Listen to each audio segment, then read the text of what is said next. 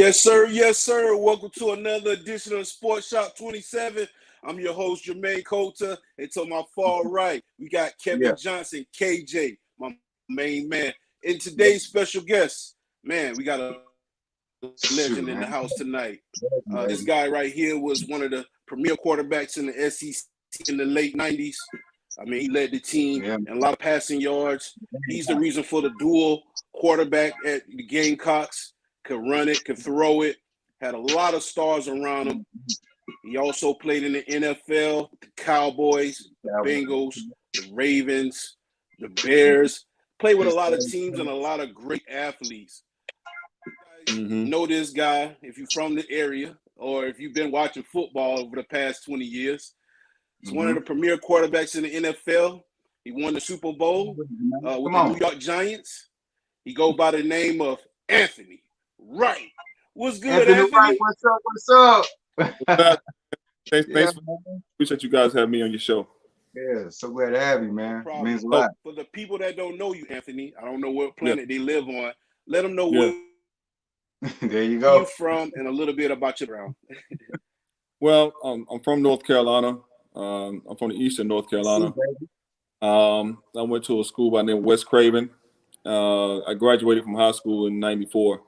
And I came to South Carolina. I was in South Carolina from '94 to '98.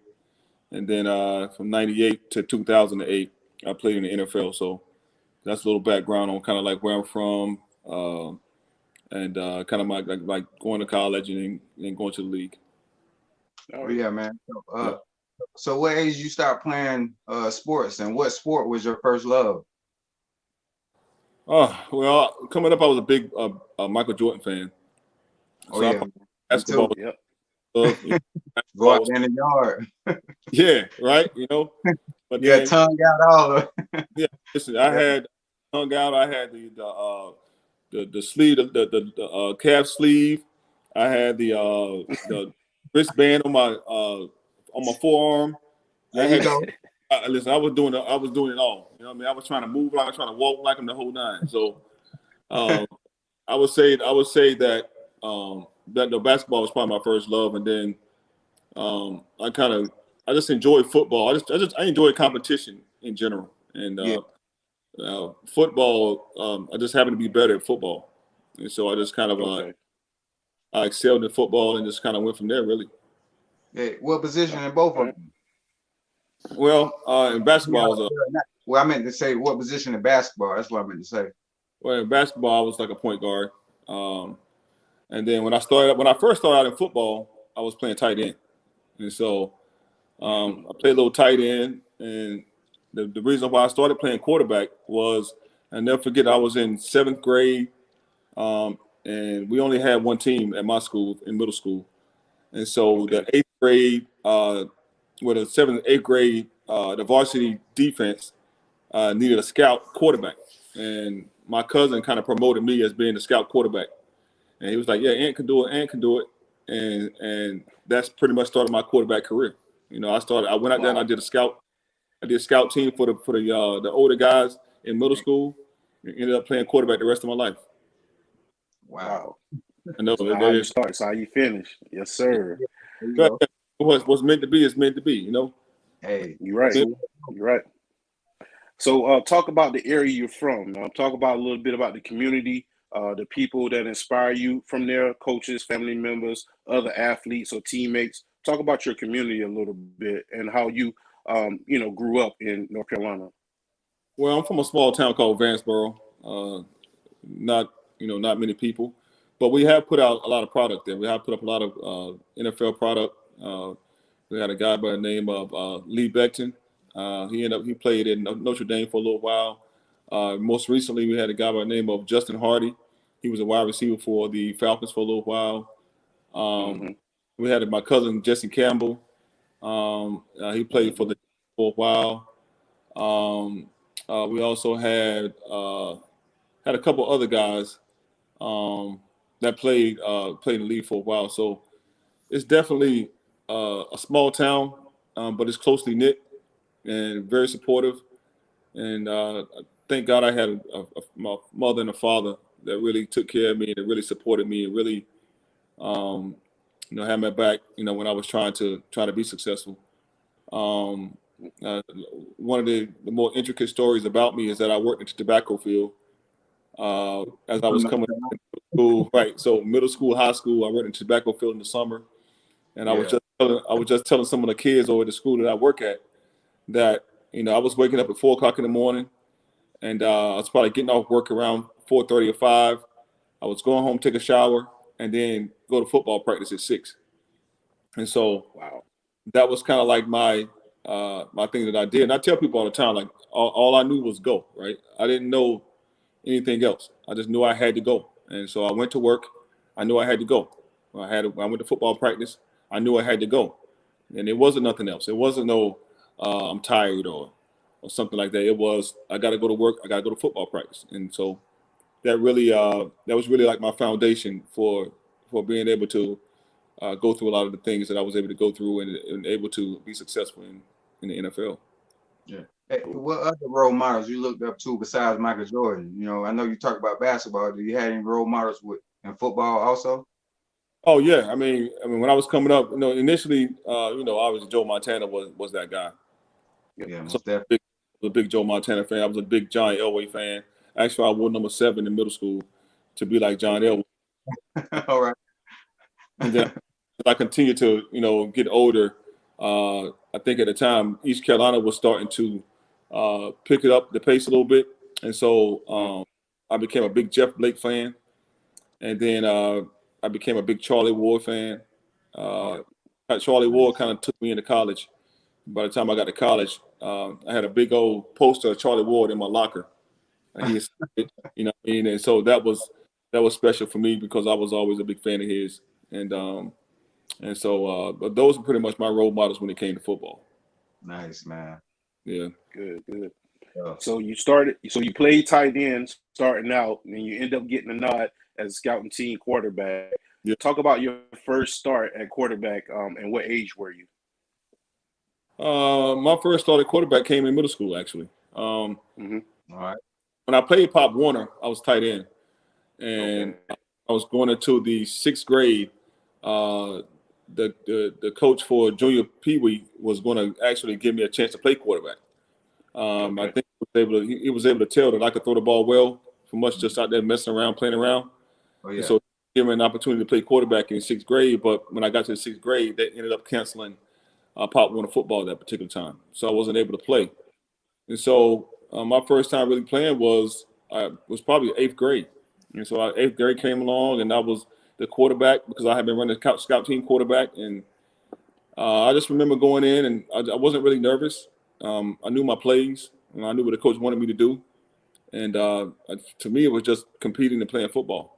You know what I mean? But nowadays, though, it's a little bit more strenuous, especially from like my son or the kids that I know, because, I demand more of him than what I was being demanded of. You know what I mean? So it's a little different now for him, but he'll be much further along than I was because of it. Yeah. Once you reached the high school level, did you play right away at the quarterback spot? Yes. Well, I started on JV in my 9th grade year, and then I got moved up to varsity my 10th grade year. So my 10th grade year, I played varsity 10th, 11th, and 12th. And so going into my 12th grade year, I was the number 3 quarterback in the country, behind Peyton Manning and Josh Booty. Ooh. I didn't even know I was that good actually until I remember I was going to the graduation party for the seniors that was ahead of me. I was a rising senior, so I was going to their graduation, the seniors that had just graduated, and this guy walked into the hall, and he brought me this All-American book, this Max Prep book, and he showed me my name in his magazine, and it had me listed as the number 3 quarterback in the country behind those 2 guys. So that was really the first time that I really realized how good I really was at playing this game. Man. Other than that, so I know, and then go ahead. Other than that, I was really just having fun, competing, trying to, just trying to be the best that I could be with what I had.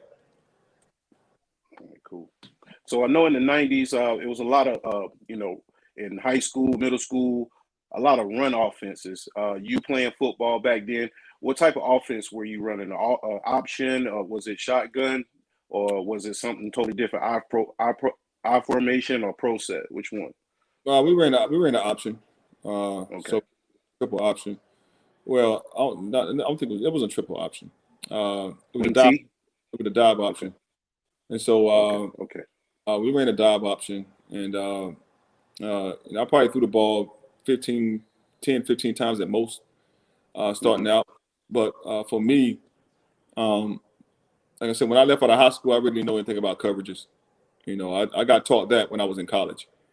So that's important for me to have a college coach that was developed enough to be able to teach me coverages and teach me how to read defenses.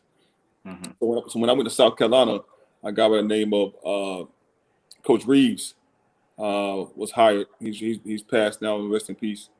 But he was hired, and he had played 10 years in the league. He had played at the University of Florida for a while. And he came in and he taught me coverages, man. He taught me how to read cover 2, cover 3, cover 6, cover 8, all these different coverages, and told me what the weaknesses were and how to attack them. And because of him, and I always tell people this to this day, because of him, I was able to play, in the NFL for as long as I did.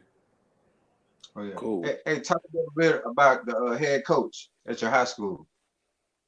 Yeah, man. My head coach was he been at NC State, so he had a lot of NC State connections. He was very successful. We made it to the championship a couple times, but we never won it. But he was very successful. He's still there. He's still there coaching. Oh wow! Very appreciative of him giving me the opportunity to play. Because if he didn't give me the opportunity to play, then I won't be talking to you guys right now. There you go. That's right. You know what I mean? That's so thankful for that. Oh yeah. So talk about some of the competition in North Carolina that you played. Some of the players that were, on that elite level that you had to face. And talk about, being able to run that option and drop back and pass and still improvise and read the coverage in high school without knowing the coverages back then. Like, talk about that. How difficult was that for you? Well, New Bern High School was probably the high school that had to be dealt with in my area. Okay. And, running the option, you're not going to see many coverages. You know what I mean? You're pretty much going to see cover 0 or cover 1. So it's basically just one-on-one outside. So it's really not much to read because everybody's pretty much one-on-one.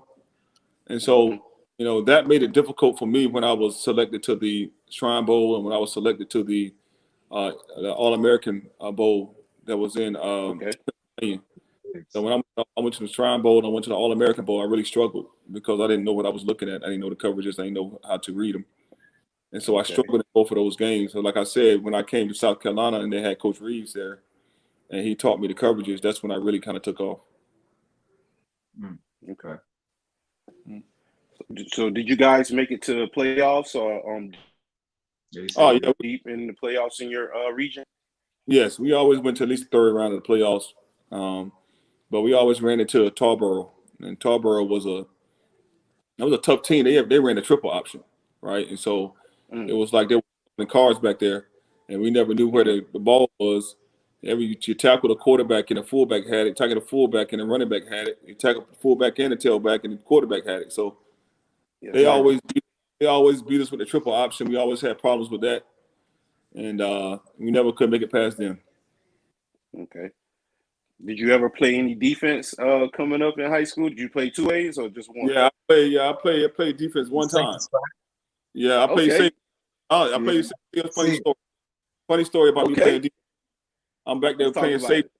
I'm back there playing safety. That back pedal, man. What that back pedal look like? I know back pedal. I was all downhill, man. Oh, okay. You say you was a boomer, KJ. Oh, don't worry about it. It didn't last long. Last long. I came up to make a tackle. I came up to make a hit, and I hit this guy. And when I hit him, my right side of my arm went numb. And when the right side of my arm went numb, I knew I was done with playing defense. I was like, defense. Hey, it's a tough man game, baby. It's a tough man game. And that first stinger, you don't know what's going on, right? Yeah, you don't know. That's mine too. I couldn't move my arm. I couldn't feel it, or I can't move it. I'm thinking to myself, I'm not playing no more defense, coach. You keep me on offense. Like shake him Like mess up that throwing on. Yeah. Let me shake him and bake him. They ain't trying to do no tackling. That's it. Offensive mindset. It's all good. Just go. You know, that's what you was growing up doing. Just go. You know, that's it. Yeah. So you went to the Shrine Bowl, you said, and go ahead, KJ. Now you go. You got it. You went to the Shrine Bowl, you said, and the All-American game. So talk about that experience, man. That had to be a great experience to go to both in your senior year. Not too many people get that opportunity. Yeah, it was crazy because I started in both of them, and wow, I wasn't. You know, I didn't. Like I said, I was just playing football. I didn't really have an education in football, and so I didn't really, like I said, I didn't know my coverages. I didn't understand what I was looking at. You know what I mean? I was just out there playing, having a good time.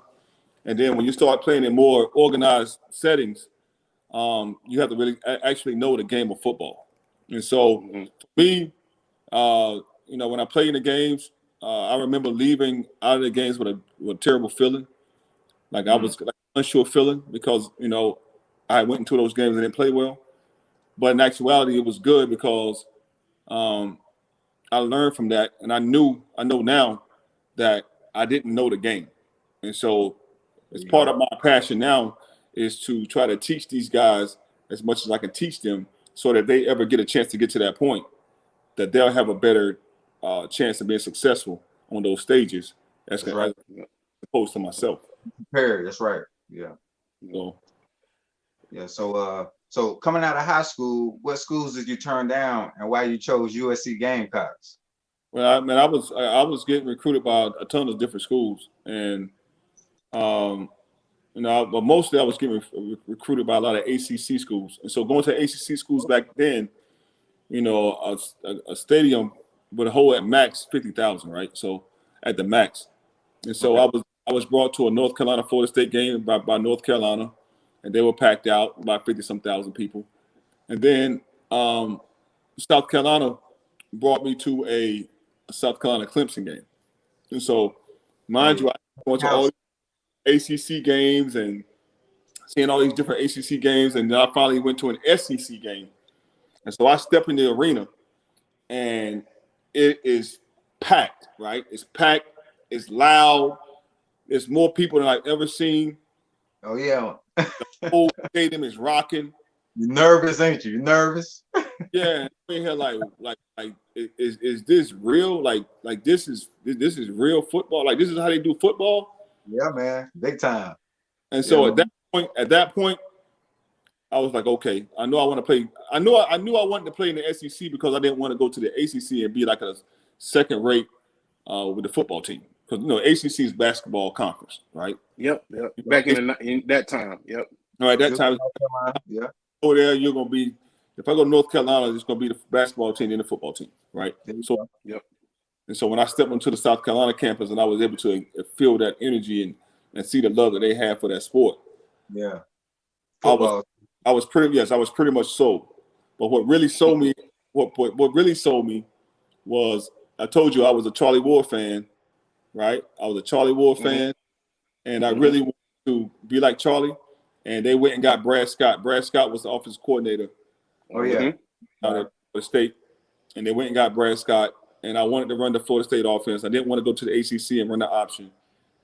So that pretty much sold it for me. Like I knew I was going to South Carolina when they signed Brad.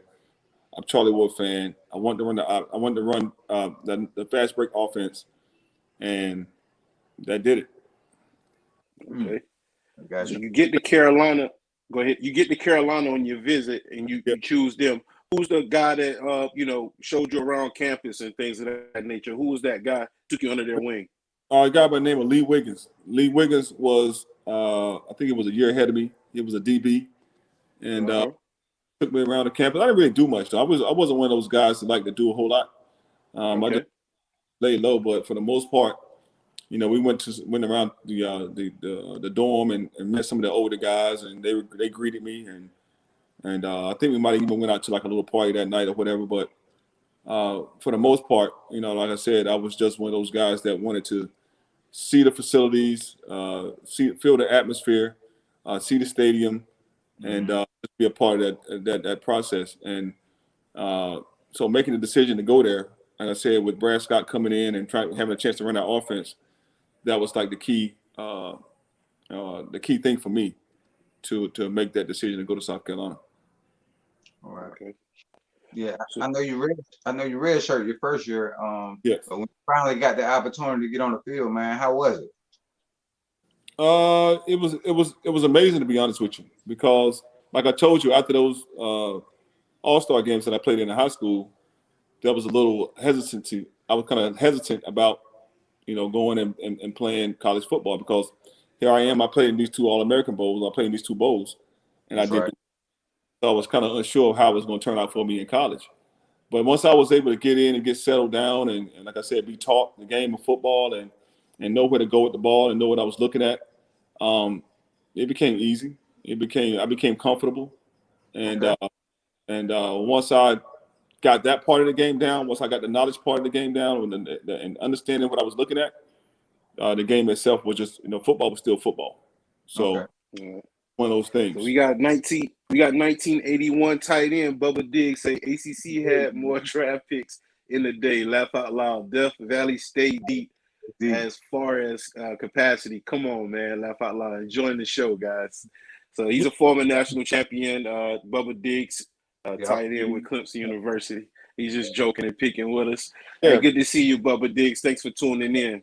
Yes, everybody else watching, make sure you subscribe and follow us on Facebook and Instagram. We have superstar, Super Bowl winning quarterback Anthony Wright from University of South Carolina Gamecocks. Go ahead, KJ. Yeah, no, it's on you. You got it. Okay, so let's talk about playing and learning the system behind Tannehill. I know you got there in '94. Tannehill just got the nod from another quarterback. He went 4-0 at first, and then he predicted that you guys weren't going to lose a game. He almost fulfilled that dream. He only lost 1 game. Talk about him and the excitement he brought to the school, because he was very animated on the field when you guys made big plays. So talk about that a little bit and the atmosphere in the Gamecock locker room during your tenure. Well, I mean, when Tannehill was there, I was pretty much just learning from him. Like I said, I was a newbie. I was raw. I didn't know the game of football from a college standpoint, and so I was just kind of just watching him, seeing how he handled the media, just trying to learn as much as I could from him on how to deal with the things that I was dealing with, that I was going to be dealing with, and so but Tannehill was very outspoken. Like you said, he was animated. He enjoyed playing a game of football. When he did what he did, he let you know. He was flashy. And so, I was cool with it. I was cool with it. Like I said, my thing was to just learn from him as much as I could so that when my time came, I'd be prepared. Like I said, I was unsure. I didn't know what I was getting into. You stand on the sideline, especially as a freshman, and you watch these guys play, and you watch the speed of the game from the sideline, and you see the size of these guys, and you're looking like, wow, like I signed up for this, right? Like this is what I signed up for.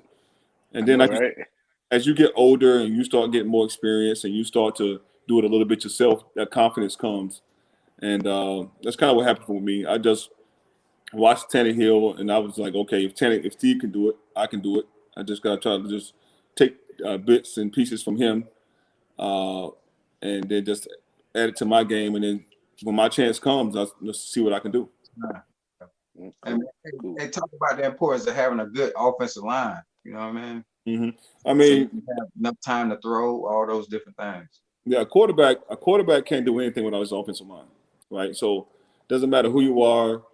It doesn't matter how good you are. Yep.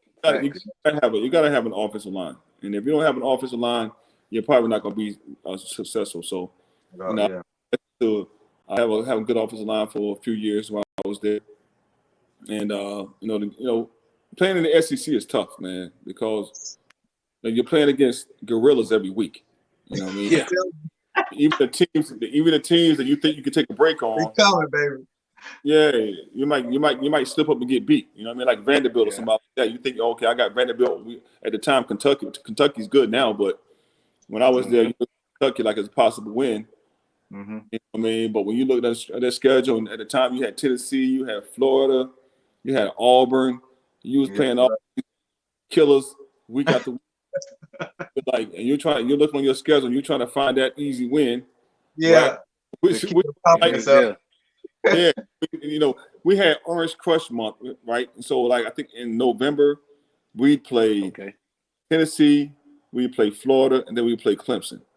Like, I don't know who it was that set the schedule up, but that was the craziest schedule in the world. We'll play Tennessee, we'll play, and then we'll play Clemson. Like, that's crazy. Wow, like, man. So basically, you face Little at Tennessee, then you come to face Javon Curse, and then you come face Brian Dawkins. Yes. Whoever the AD was at the time, he should have been kicked in the rear end. Because the funny thing about it though is they didn't change it. They didn't change it until I think Spurrier changed it, or I think Lou Holtz changed it. But one of them eventually got in there and was like, "No, we're not going to play Clemson." And then play Clemson after we just played Tennessee and Florida. I'm going to get some rest, man. We beat up, we hurting, yeah. We run into a brick wall too. Exactly. You know what I mean? I mean, those teams like were winning the national championship at that time. It was Florida, either Tennessee. He's on high levels, man. Yeah, T. Martin. High levels. Yeah. They had Peyton Manning. They had all those boys. Like, Tennessee was good. Yeah. Danny Warfel at Florida. Florida was good. They had Danny Werfel at the time. They were Taylor. So, and then, you know, Clemson is always a rival game. So it's like, it doesn't matter. The record is. Exactly. You know what I mean? So it's crazy. Yeah. So you made it through that era of football, man, and that was very exciting to see, you know, as a high school student, following you. One of my favorite quarterbacks in college, Charlie Ward, you, Tony Rice, you know, Frazier, a lot of great quarterbacks during that time, dual threats that can do it all. Talk about the coaching style of Brad Scott and what he brought to the Gamecocks. Well, Brad was a good recruiter. He knew how to recruit players. And so, you know, when I came to South Carolina, like I told you, the key for me was that he was running the Florida State offense. And I felt like my best chance of playing in the NFL was to be able to pass the ball. And I felt like I didn't want to go to an ACC school where I was going to be out there like running the option or not throwing the ball that much. And so, you know, he came in with his offense. I felt like he was a good leader. I could feel like he led as well. You know, he did the best he could. We just didn't get enough talent. You know, it's hard in the SEC. You know what I mean? It's hard. It is. It's hard, you know, trying to compete with those guys week after week. And you got to bring in a kind of talent that could do that. And we just never really had enough talent to be able to compete with those guys on a consistent basis. And so, you know, that was one of the disappointing things about, you know, his tenure is that we didn't get a chance to, or he didn't get a chance to really do what he could have done if he'd have had the right kind of talent. I understand. So, but you guys did have some notable stars on your team, like Terry Cousins, Tua Freeman, yourself, Deuce Staley, Stanley Pritchard. You know, talk about, you know, Toby Cates and Bridges. Talk about all those guys, man. Those guys, Bridges was the fastest guy in the SEC at that time. So talk about those guys and playing with those guys and what they brought to the table that made you better. Well, those guys were older than me, so I was always trying to pick up tidbits of information from them on how to prepare. Yeah, like a little brother. Yeah, I got you. Like a little brother. I was just trying to pick up information, asking them questions, watching them, you know what I mean, and just trying to figure out my way. You know, like I said, this was my first time. I didn't really have anybody that really showed me the ropes or tell me about the ropes. So I was looking up to those guys as, you know, what can I get from T-Watt? What can I get from, I don't know, what can I get from Tannehill? Or what can I get from these guys that, you know, I need to know so I can be a good college football player, right? You know, whether it's the work ethic, whether it's how many times they're going to the gym, whether it's Terry Cousins and those guys running track, during, after football season, which is, I think is important now. Like all that stuff is little tidbits of information or things that you see them do. They're like, okay, I gotta try to run some track, at some point. So I gotta work on my speed. Or, this guy's working out twice a day, so I want to make sure I give me two or three times a day. Stuff like that. Like I even listen to like if you listen to Kobe Bryant, when Kobe Bryant talks about, him waking up at 4 o'clock in the morning and going and working out, coming back, going to work out again, come back relaxed, going to work out again. He figures if he does this consistently over a amount of years, that he's that much further along than the average person that's training. So, you picking up, bits and pieces of information like that from those guys. I'm looking at those guys. I'm trying to see what they're doing. How much treatment is he getting? How much film study is he doing? Is he doing enough or is he not doing enough? Stuff like that, and just try to add it to my game. Oh yeah. Hey, what favorite route you like to throw, man? Was it a deep ball or post corner? Man, I always like to go down the field, man. Like I like to get chunks of yardage. I was never one of those dink and dunk guys and take forever to get down the field. It's like me, I get 15 yards here. I want to get 20 yards there. And the next thing you know, we already in your territory. You know what I'm saying? Ooh, you ain't wasting no time. Yep. I'll get down there and get it right now. You know what I mean? Like my thing, having a chance to go down the field, man. If I could go down the field, that was the best thing for me. That's right, man. There you go. So during the Gamecock tenure, did you play in any bowl games besides the CarQuest Bowl? CarQuest Bowl was the only bowl I played in. We could have made it my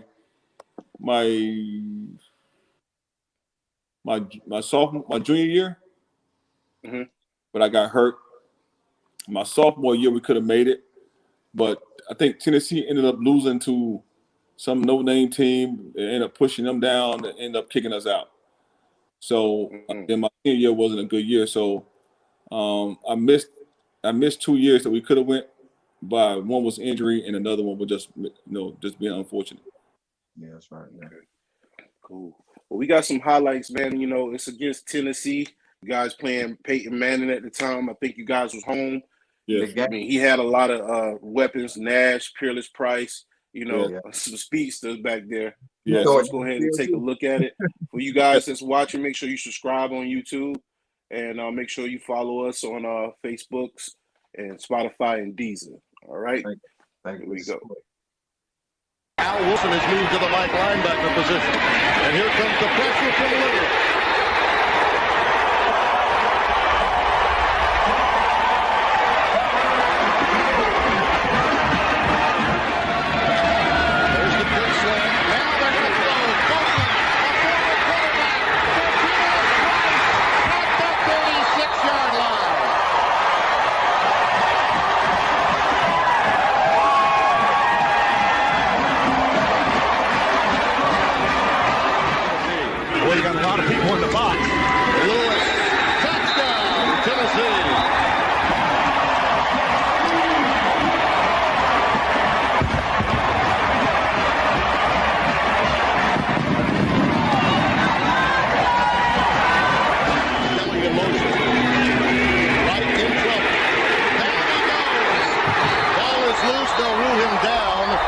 The 16-yard line. Jonathan Brown, number 91, the senior from Washington High School. Out of the hold of Vincent Scott. And it is right through the uprights. No problem this time, either with the snap or the possible hold. And an appreciative Jeff Hall. Little showing blitz. Here it comes from Wilson. Down he goes. Tim, the play took much too long. With Tennessee. Blitz. Jonathan Brown.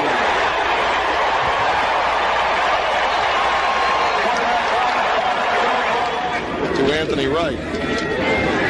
Manning again. Wide open. That's Bryson. To the 41-yard line of South Carolina. Sean Bryson, Jr. And now he's back on the field. Anthony Wright in trouble. And down he goes. Al Wilson, and he is wreathing in pain now. Yes, he's hurt again. Now he's holding his right knee. Spirited defense. Jamal Lewis looks to his way to midfield. That's a 14-yard gain. First down, Tennessee. It was his son, Jeff. More on him in a bit. There's Jamal Lewis. Right up the middle. Down to the 10.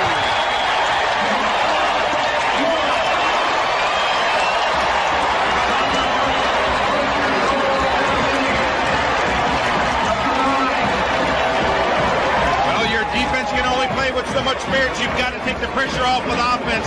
Tennessee is putting more pressure on the defense as Jamal Lewis just bursts up the middle with that. Scott. I'll call it a 34-yard attempt. They boot this one, and it is right through. They have to settle for 3 one more time. Jeff Hall from Winchester, Tennessee, is in the air, has been turning to Jamal Lewis for the brunt of the offensive responsibility. Over the middle, that's complete to Copeland. Down to the 30-yard line. There's just no way he can move the football. Lewis has 141 yards on the ground. He gets another kick. Look out! Jamal Lewis down the sideline, touchdown!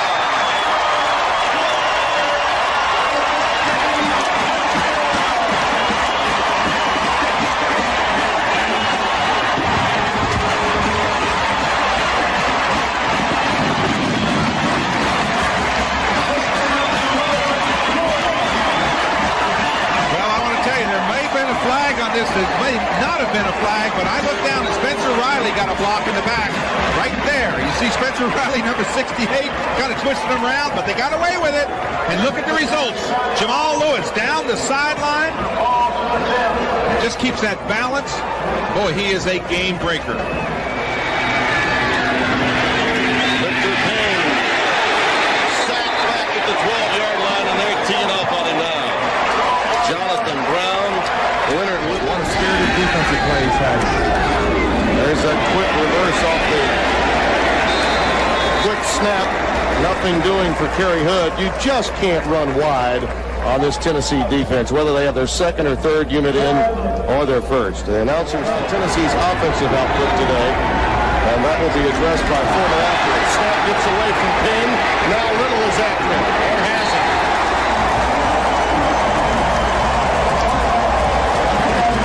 Tim, you're seeing what the result of not taking a lot of snaps from center is. And that's not really Victor Penn's fault as much. It's a big game today. Well, I realize that, but if you're Philip Fulmer, you don't pad your stats. You play to win. That will pad the rushing yardage.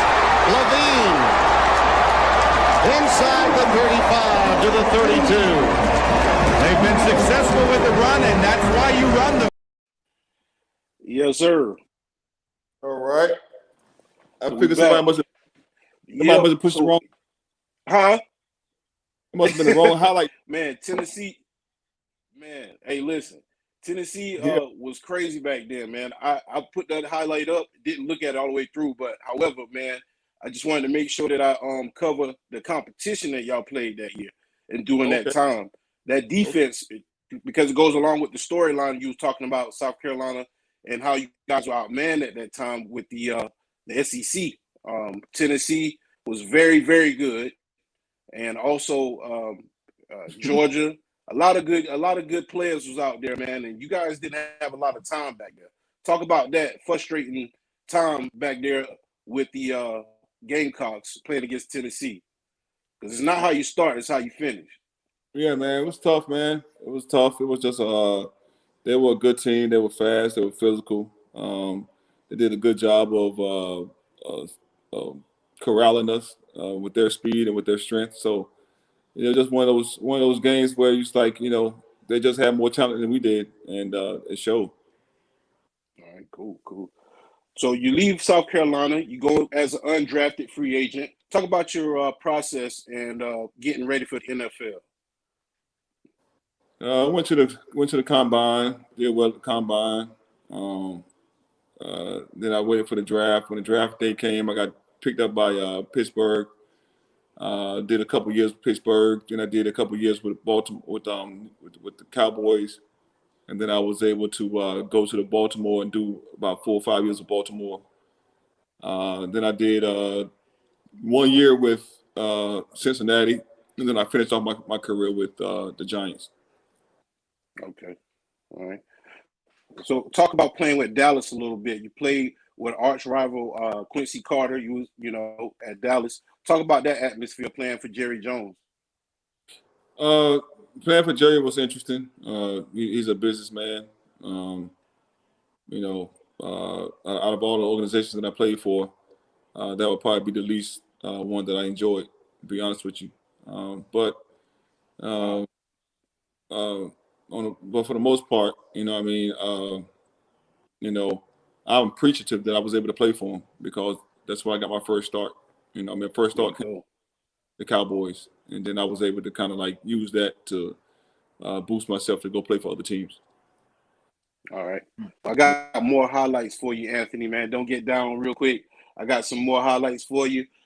You playing with different teams. You went around the league, just like you said, the Bengals, Pittsburgh, Dallas, Ravens. Let's check out some of your overall highlights in the NFL before we go look at the Super Bowl, okay? All right.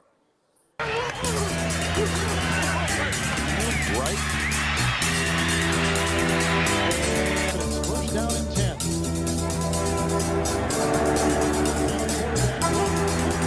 Anthony Wright. Remember him with the Bears a few years ago? Marcus Cuckoo, Mr. Emergency quarterback is Randall Cunningham. Wright going deep, way down, and it is caught by James McKnight. Run, perhaps still the best guard in the National Football League. And Wright on first down to throw. And he is Dennis Smith coming out of the backfield. Keep you updated later. Back up to you, Kenny and Tim. All right, thanks, DJ. So Anthony Wright in the game at quarterback, going deep on his first play. It's a touchdown to Joey Galloway. Wright belongs to the jam. It's time for the You know the thing about this is there's Bobby's been for a while, and then here he is tonight. Look at this ball. This ball was thrown absolutely. Another concussion. Blitz coming. Right still with good protection.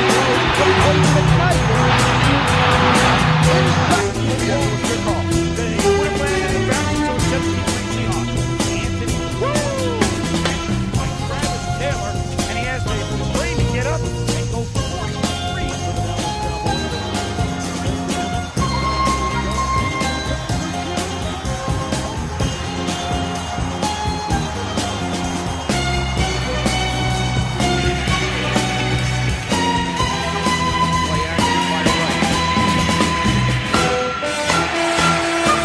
Wright made plays with his arm. Does a nice job of firing this rocket. That's why this man's going to the Pro Bowl.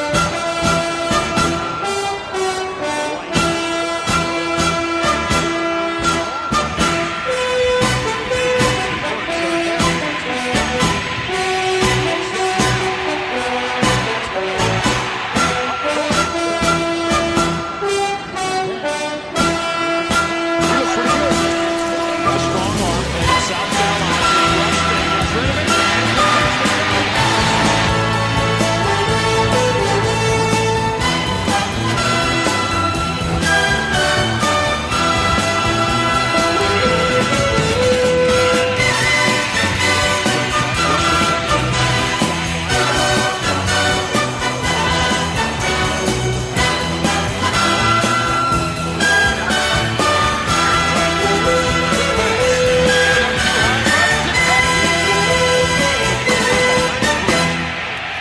Right on the roll, he wants to run.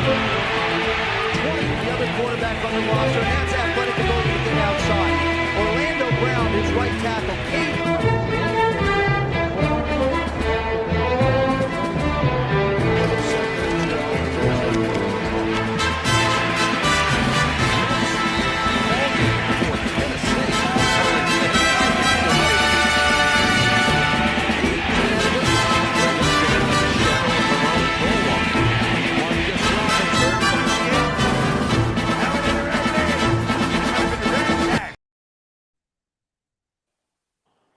Yes, sir. Yes, sir. We back. That one, I like that one. Yeah, Me man. too. You know, you Like- talked about getting hurt, I man. like that Talk one about too. the process. How you bounced back from that injury, man. I watched that game. I was mad because I wanted y'all to beat Tennessee real bad that game. But you bounced back and had a great career, man, like it never happened. I mean, your arm got stronger. You were still mobile. Talk about that rehab process and getting there to the NFL. It's just a part of just trying to get back healthy, and when it happened, I was upset, but you can't just sit there and waddle in pity. Have pity for yourself all the time. So I just got back to work as soon as I could, and I actually had my surgery again when I was in the league. When I went back to the Cowboys, they had to redo my knee and retie my ACL down. So when I was with them, I was able to get it straightened out, and that pretty much lasted me until I finished in the NFL. But the rehab itself was tough, but at the same time, like I said, it was just part of me just trying to get back so I can get back on the field. So I had to do what I had to do. There you go. What was it like playing under Bill Cowher? It was pretty good, actually. He's a very team-oriented guy. He takes care of his players.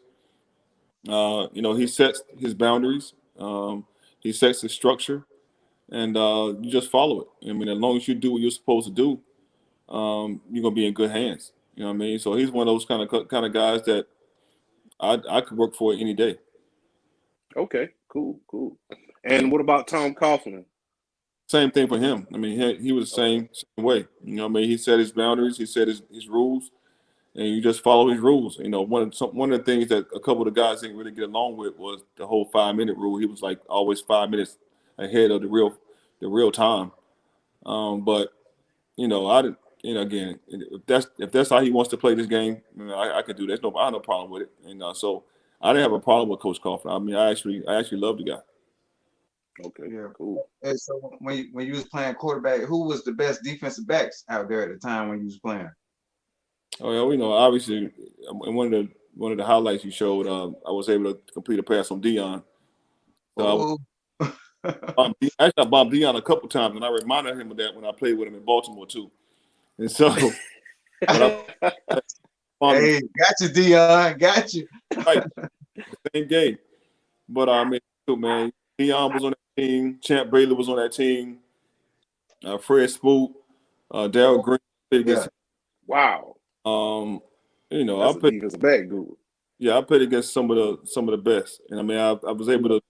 In the highlight again, you saw I completed a pass against Charles Wilson. Was one of the best Hall of Fame inducted this year.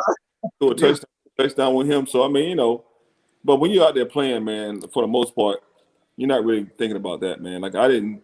Yeah. The reason why I threw that pass on Dion was because we had go routes on outside.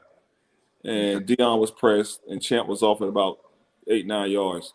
And I don't like throwing go routes versus off coverage because there you go. It's kind of hard to judge, right? And so it's easier to judge going against Dion. And so, I enjoyed it, man. I enjoyed playing against the best. There you go. Good, man. Cool, man.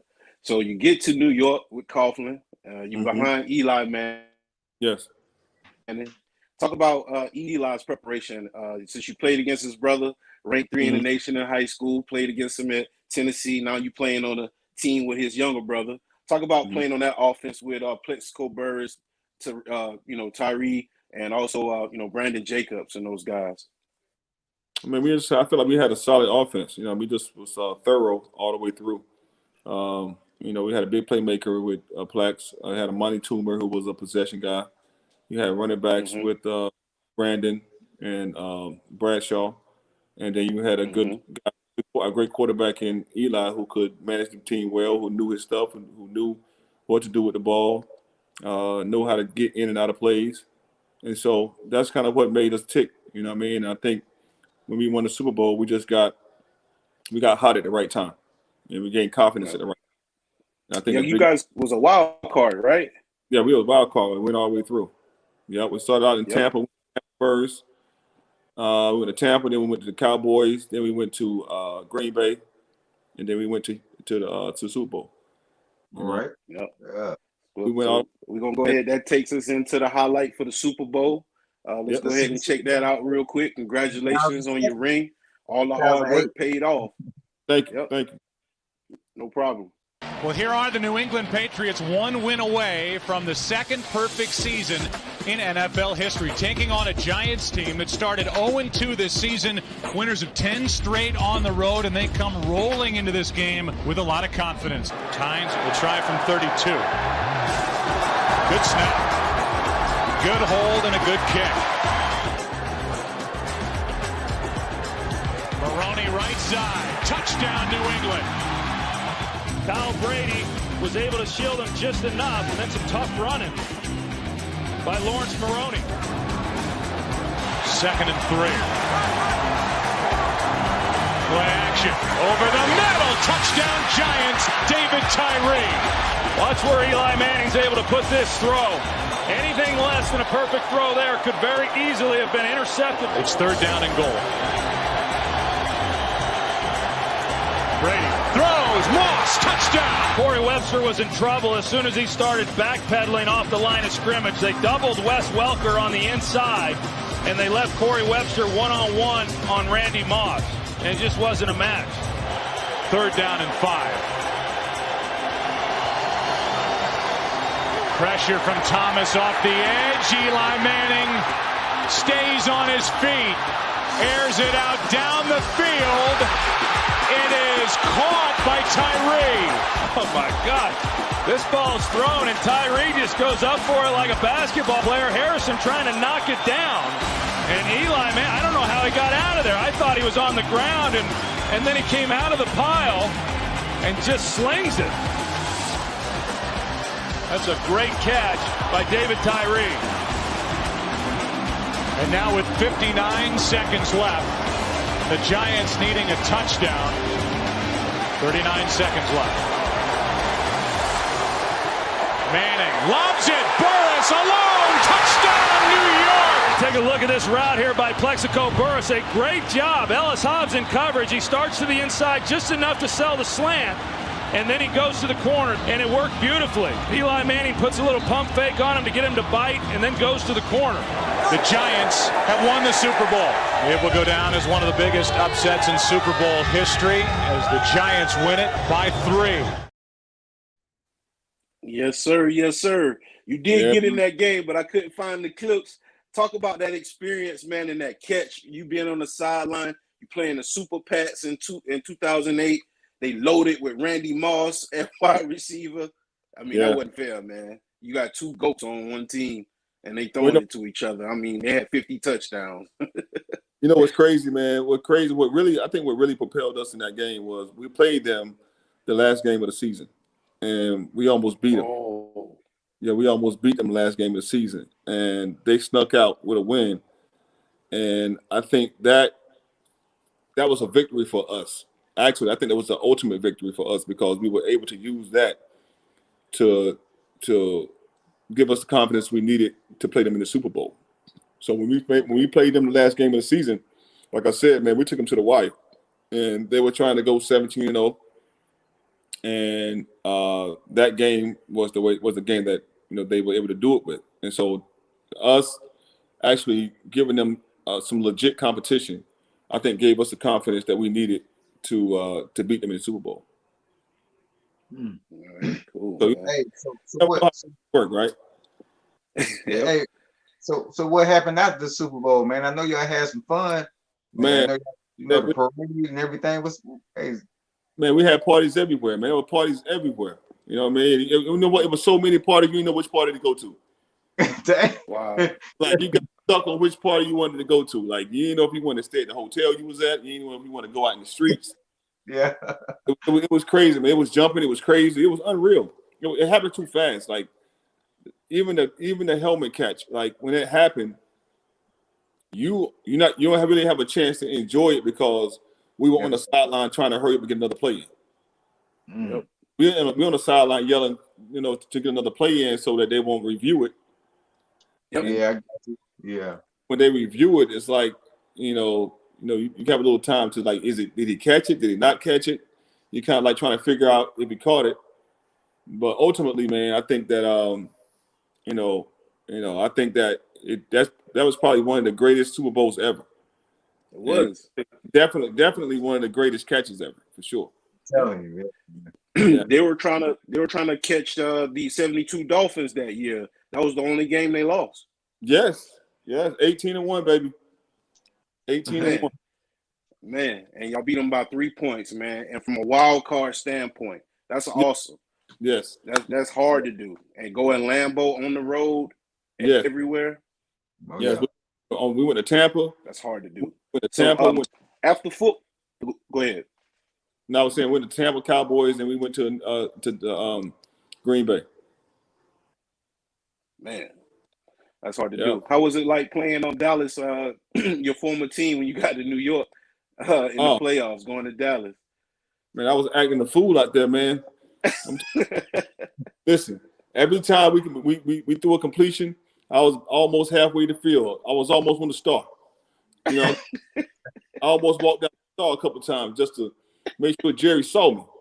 I want to make sure you see me. I know where you're at. I know what suite you're in. I'm gonna make sure I point to your suite too. Yes, sir. Yeah, hey, all you had to do is show them that ring on their finger, man. You know what I'm saying? Like, look. They haven't had one in such a long time. Hey, man, it's been almost 30 years now. But I will say good. They look good right now, though. They do. Oh, yeah. They do. They look that pretty boy good Diggs now. is something serious. Have you seen a cornerback play like that? Yeah, Diggs. Yeah, Diggs is real. Yeah, he's the truth. I always tell DBs, man, the best DBs I know have great hands. Yeah, they have great. I don't know why people say, that's why, you know, when a guy drops a ball or something, they're like, that's why he plays DB. I'm like, nah, great DBs have great hands. Yes, sir. Like, yes, sir. Y'all talking. I appreciate that. Thank you. Thank you, man. I appreciate that. Yeah. So in the NFL, who was the hardest cornerback to get the pass over? I mean, the hardest cornerbacks to play against will be a guy like Asante Samuels or somebody like that. You know what I mean? Those guys are like his son playing for the Rams now. Yeah. They'll lull you to sleep. Those are the ones you got to worry about. Like the guys that you know going to jump routes, you don't have to worry about them because I know they're going to jump routes. Or, I mean, the guys that just play straight up great defense, man-to-man, kind of like Darrelle Revis. There you go. Yeah.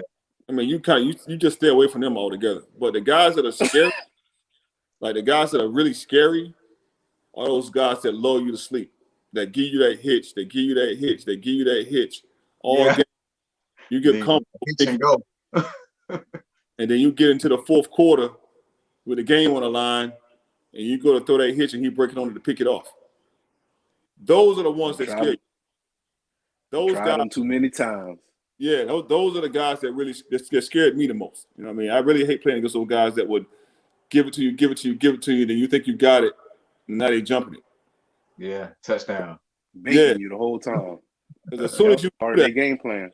Yeah, as soon as you do that, as soon as they jump it, your mind is going the rest of the game as a quarterback. Oh yeah. Damn. So you're scared. You're afraid. You're thinking about, okay, is he going to jump it? Is he not going to jump it? I got to go jump every route. He's easy. I'm just going to double move him. I'm going to double move him eventually. But a guy's give it to me. I think I got it. Now all of a sudden he's jumping it. Because he's going to do it. Because he's going to do it at the right time. Yep. Oh, yeah, that's true. And when he does it, it's going to be game time. So it's like, yep. There is no redemption. Yep. McAllister was like that for the Ravens. Yeah, Chris was that way. Yes, he was. Arizona. Yes, he was. He was solid. I liked him. Yeah, he was solid. He really was. Todd Heap, he was a big target for you. Talk about throwing the ball to him, man. You gave him a lot of love out there with the Ravens. Yeah, Todd was obviously I think he's gonna be a Hall of Famer. A big target, great hands, knew his position, knew his routes. Somebody like he was like my security blanket, to be honest with you. We even split him out wide. We would split him out wide and run him down the field because he was that good. One on one, he was that good. Yep. Yeah, that good. He could go up and get the ball against any safety, So you're talking about wide, I mean, we would put him out wide and run wide receiver routes like bang gates and go routes and comebacks and stuff that most of the wide receivers run. He could get out wide and do that, and that's how good. You know what I mean? So a lot of tight ends can't do that, but he was that good. Yeah. So you also played with Joey Galloway with the deep ball. He had burners. I know you love that because you said you like to throw it long. Talk about him a little bit. Yeah, Joey was fast, bro. Like, Joey was fast. But I will say this about Joey. His hands were 50-50. His speed was 100, but his hands was 50-50. Wow. I'll tell you right now. Okay. You had Rocky Ishmael at the other end, at split end. Talk about him a little bit. Notre Dame legend. Yeah, he was wiry, fast and wiry. He could contort his body in the many different angles and in different ways. But a hard worker. You know what I mean? I really like the Rocket. I really like it. Yeah. Okay. Cool. Probably I will say this though, you know, Mr. Bennett, we're talking about this. The most underrated receiver that I played with, that probably one of the best in the league, was Derek Mason. And I played with him my last year in Baltimore. And he was probably the most underrated receiver I've ever played with. And right now to this day, if I had out of all the guys that I played with, if I had to take a guy to be one of my starters, he would be one of them. Okay. Wasn't he from Tennessee Titans? He played for the Titans for a minute. Yeah. Yep. Yeah, he played there for most of his career, to be honest with you. Played with Steve McNair for most of his career.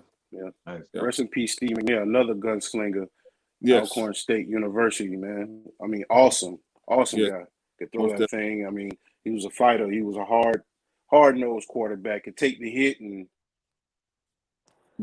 get up and throw it again, man. Yes. Yep. So, man, so what message do you have for the youth today? Anybody that's playing quarterback on any level, what's your message for guys? Because I know the NFL has changed a whole lot since you've been playing. The rules are different. You can't do certain things to the quarterback they used to do to you or you guys back in your era. Talk about the youth coming up today and how the game has changed versus when you played. Well, you know, the thing that I always tell every quarterback that I train and that I talk to is, you know, the most important part about playing this position is the ability to throw the ball. And, you know, they're going to always be a fad that comes into the league. But the thing that's going to always stay with you and that's going to always last for this position is your ability to throw the ball straight and throw it accurately. So, you know, that's the thing that I would harp on with anybody that's trying to play this position, is to learn how to throw the ball first, learn how to throw it accurately. And if you could do that, then you can add the other things, you know, all the other intangibles, add those to your game after that. But learn how to throw the ball first. And then you can add the running and you add all the other stuff that's necessary. Cool. Sure. So South Carolina got Texas A&M this weekend, man. Doughty has to have foot surgery. And, you know, number 8 is the starter. I mean, I think he's a better quarterback. I think Doughty might be a better athlete. What's your perspectives on this week's game right now? I mean, I think it's going to be a tough game. We're talking about playing against Texas A&M. Texas A&M is rolling right now. And, now we're struggling a little bit. We're trying to find an identity offensively. Hopefully this new guy can come in and give us the spark that we need. Give us a little bit of a spark at least. But like I said, once again, we're playing in the SEC, man, and there are no slouches. And each week's gonna be a dog fight, you know, and hopefully one of these games, man, we can pull it up an upset. I mean, at the end of the day, we got to play the game. You know what I mean? And they got to play it. We got to play it. And we can see who's standing tall after 60 minutes. There you go.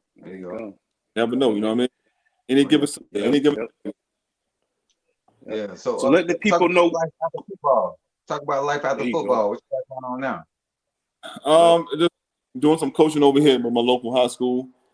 Okay. Just helping out with them and just trying to help these kids with the knowledge of the game, with the experience that I've had, and just passing it along to them. So I'm over here coaching at Cox Mill High School here in Charlotte. All right. Okay. Congratulations on that. Man, thank you. Yes, sir. Yep. So being a coach right now and actually passing that knowledge down, I know it's empowering. Do you have a lot of camps that you facilitate? And if you do, let the people know the information that they can get, the information they need in order to sign up or anything like that. Well, I'm not doing any camps and stuff right now. As a matter of fact, I'll be going to an HBCU All-Star game in December. Actually, that it's going to be in Selma, Alabama. Be the first one, and so that'd be like my thing that I'm going to try to get back involved with, helping even these collegiate athletes that are trying to go to the NFL. Oh yeah. Just trying to pass along my information to them, and then letting them run with it. So, but I'm not doing any camps. I'm not doing anything like that. I just do my high school coaching, and then, like I said, a little bit of the All-Star game coaching, and that's just about it. To be honest with you. All right. So speaking of HBCUs, one of your former teammates is coaching at Jackson State, Deion Sanders. Yeah. Talk about how he's doing there and how he's turning the program around, trying to give him that national exposure on the HBCU level.